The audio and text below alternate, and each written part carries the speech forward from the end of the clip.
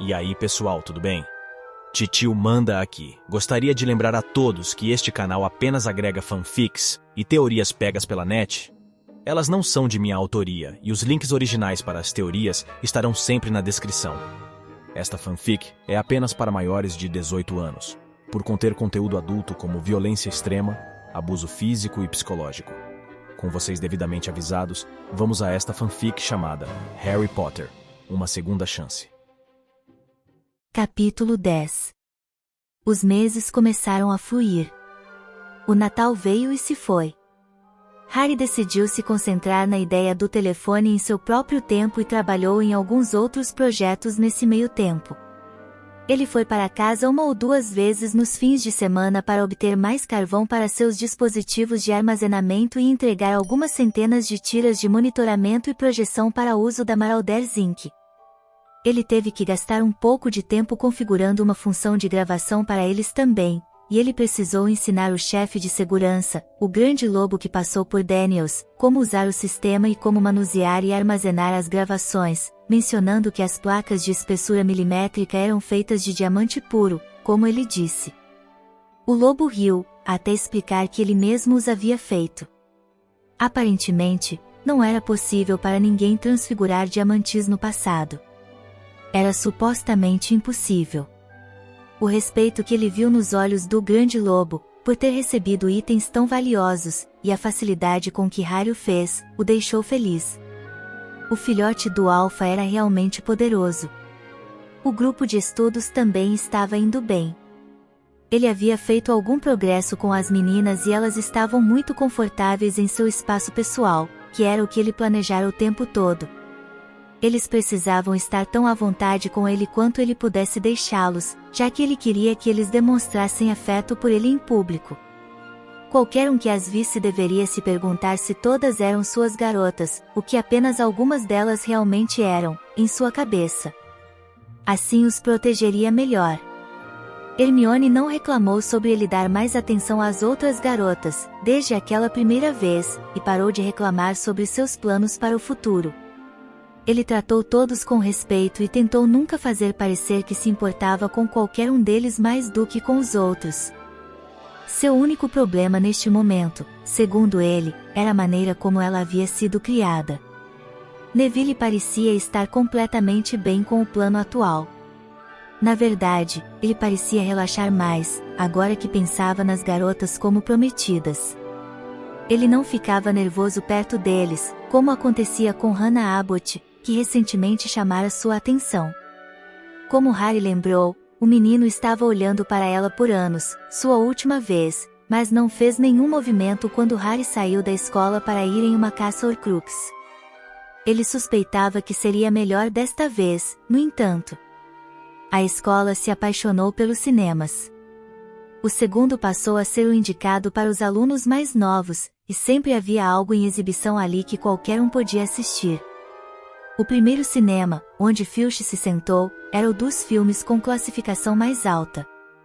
Os professores tinham ideias mais rígidas do que era aceitável do que as classificações oficiais e alguns filmes só eram exibidos para alunos do 7º ano devido à sua violência gráfica ou representações de relacionamentos mais adultos. Harry teve tempo para obter todos os filmes de Star Wars em sua coleção também. Foi razoavelmente bem recebido. As pessoas precisavam explicar algumas coisas para as pessoas que não sabiam nada sobre o espaço, mas a história ainda era épica, mesmo que você não entendesse toda a ficção científica. A maior coisa que veio disso foi um desejo repentino de possuir um sabre de luz pela população masculina da escola. Não importa quem você fosse, os sabres de luz eram legais. Harry levou algum tempo para considerar como tentaria fazer um, mas nunca teve nenhuma inspiração. Ele poderia fazer uma lâmina de força mágica e até mesmo emular a luz e o calor que ela deveria ter, mas nunca pareceria certo sem os sons e a borda, que poderia cortar aparentemente qualquer coisa. Quando ele percebeu isso, ele desistiu como um trabalho ruim e seguiu em frente com sua vida. Era quase o final do ano letivo, quando Harry finalmente soube que Sirius e Remus haviam pegado a taça. Eles não lhe disseram como, mas confirmaram que era real, usando a reação de Tom como medida. Ele parou de fazer exigências naquele ponto e começou a implorar para não ser destruído. Harry não se importava com suas garantias. Ele chegou em casa 10 minutos depois, tendo enviado uma mensagem para McGonagall, para informá-la de seu paradeiro, apenas no caso de ela ficar toda nervosa novamente. Ele não gostava dela com raiva dele. Ele entrou na cozinha para encontrar os dois homens sentados ali ensanguentados e machucados, bebendo copos de uísque de fogo. O que diabos aconteceu? Ele perguntou. Você fez parecer mais fácil do que era. Sirius reclamou. Voar com um dragão para fora de Gringotts está pelo menos fora da minha lista de desejos. Você usou o plano que eu usei? Harry perguntou incrédulo. Por quê? Você tem magias muito mais fortes do que eu tinha naquela época. E Remus, por que você concordaria com essa insanidade? Remus parecia envergonhado de si mesmo. Parecia divertido montar um dragão e ser a primeira pessoa a roubar Gringotts com sucesso. Como você conseguiu um pouco do cabelo dela para representar Bellatrix? Harry perguntou. Fomos visitá-la em Azkaban. Sirius deu de ombros. Somos uma família e estar preso injustamente me deu a alavancagem que eu precisava para fazer os arranjos. Remus pegou alguns fios de cabelo sem varinha dela e do marido dela. Pelo menos não seguimos inteiramente seu plano original. Remo interveio. Nós temos uma maneira de acalmar as coisas com os goblins. Sim, o que é isso? Harry perguntou. Um sistema de segurança atualizado. Remus disse com um sorriso malicioso para ele. Isso, e vamos alegar que não roubamos nada, publicamente. A ideia é a gente dizer que foi um teste, para ver se a gente conseguia.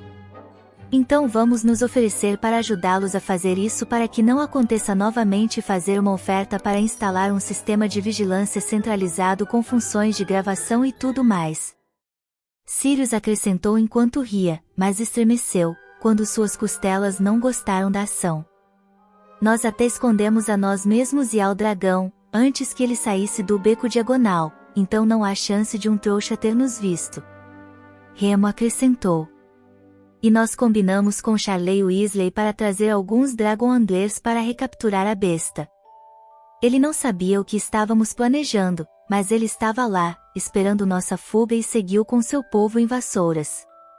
Espero que não se importe, mas tivemos que dar a ele acesso a uma placa de monitoramento com um feitiço de rastreamento conectado a uma placa de câmera, que deixamos na besta. Sirius disse. Achamos melhor não ter um dragão mágico à solta no mundo trouxa. Pelo menos você não deixou tantas pontas soltas quanto nós. Harry permitiu, pegando seu quadro e escrevendo uma mensagem para Madame Pomfrey. Harry, você poderia me fazer um favor e passar no Largo Grimmauld? Remus e Sirius fizeram algo estúpido e precisam de um pouco de atenção. Poppy recebeu a mensagem e enviou uma para os chefes de casa. Poppy, alguém poderia cuidar da enfermaria pela próxima hora, por favor? Tenho alguns pacientes fora de Hogwarts que precisam de um pouco de atenção. Minerva, eu vou com você. Tenho uma suspeita sobre quem. Pomona, deixe a enfermaria comigo, Poppy. Estou a caminho. Poppy mudou para a mensagem de Harry e respondeu. Poppy, vejo você em alguns minutos. Mantenha os pulgas longe do álcool. Tem uma ou duas poções com o nome deles. Harry, tarde demais. Harry não precisou esperar muito. Poppy chegou com Minerva e marchou para a cozinha e diretamente para os dois homens. O que vocês dois fizeram desta vez? Ela perguntou. Nós roubamos Gringotts. Sirius disse com orgulho, mas então estremeceu quando Madame Pomfrey começou a checá-lo. Cuidado. Eu me machuquei, mulher. Você deveria ser uma curandeira. Poppy recuou e olhou para ele. Você prefere que eu não ajude? Ela perguntou com uma sobrancelha erguida. Desculpe, Madame Pomfrey. Sirius disse humildemente. Isso é melhor. Disse Poppy. O que poderia fazer você fazer algo tão tolo quanto tentar roubar os goblins? McGonagall exclamou então. Não tentamos. Nós os roubamos. Sirius disse entre dentes enquanto Poppy lançava alguns feitiços para apoiar suas costelas quebradas. Então ela começou a adicionar uma pomada para ajudar com os hematomas. Era para o último item perdido de Voldemort. Remo disse. Teria sido mais simples se infiltrar em Azkaban e simplesmente matar a família Lestrange. Então você poderia alegar ser o último parente de sangue e entrar no cofre deles. Harry disse com um aceno de cabeça. Ambos os homens mais velhos olharam para ele, em estado de choque. O quê? Você não queria discutir as coisas? Harry disse. Embora eu concorde com Harry, McGonagall os chocou dizendo, eu simplesmente teria dito aos goblins que eles tinham um artefato roubado do fundador de Hogwarts naquele cofre. Existem leis que os forçariam a ir confirmar e recuperar o item. Ou você poderia ter reivindicado o cofre, sem matar ninguém. Acrescentou Poppy. A família Lestrange está toda em Azkaban para o resto da vida. Eles foram declarados legalmente mortos. Você poderia ter entrado sem nenhuma tentativa de roubo. Você deveria conhecer esses Sirius. Eu acho que você saberia tudo sobre isso depois de ser enviado lá você mesmo. Moone, já pensou que deveríamos chamar essas pessoas para consultar a Marotos Inc? Sirius perguntou. Padfool, meu amigo, acho que você pode estar certo. Remus disse, enquanto Madame Pomfrey se aproximava dele, depois de cuidar do último ferimento de Sirius. Pode ser útil ter um curandeiro talentoso e mestre da transfiguração do nosso lado também. Pelo lado positivo, ainda podemos afirmar que invadimos Gringotts e escapamos com vida, nas costas de um dragão. Sirius disse, decidindo que ainda poderia reivindicar a experiência como uma vitória. Por que não voar usando o arnês de voo? Harry perguntou. Afinal de contas, ele dera a ambos um. Continua no próximo episódio. Lembrando que o link para o criador da fanfic estará sempre na descrição. Se gostou, deixe um like, pois me incentiva a continuar postando cada vez mais. Lembrando que, embora a fanfic não seja de minha autoria, ainda dá muito trabalho para transcrever e editar. Quem puder, por favor, passe lá no site do criador da fanfic e deem uma força para ele, pois ele merece. Muitos beijos para vocês e até o próximo episódio.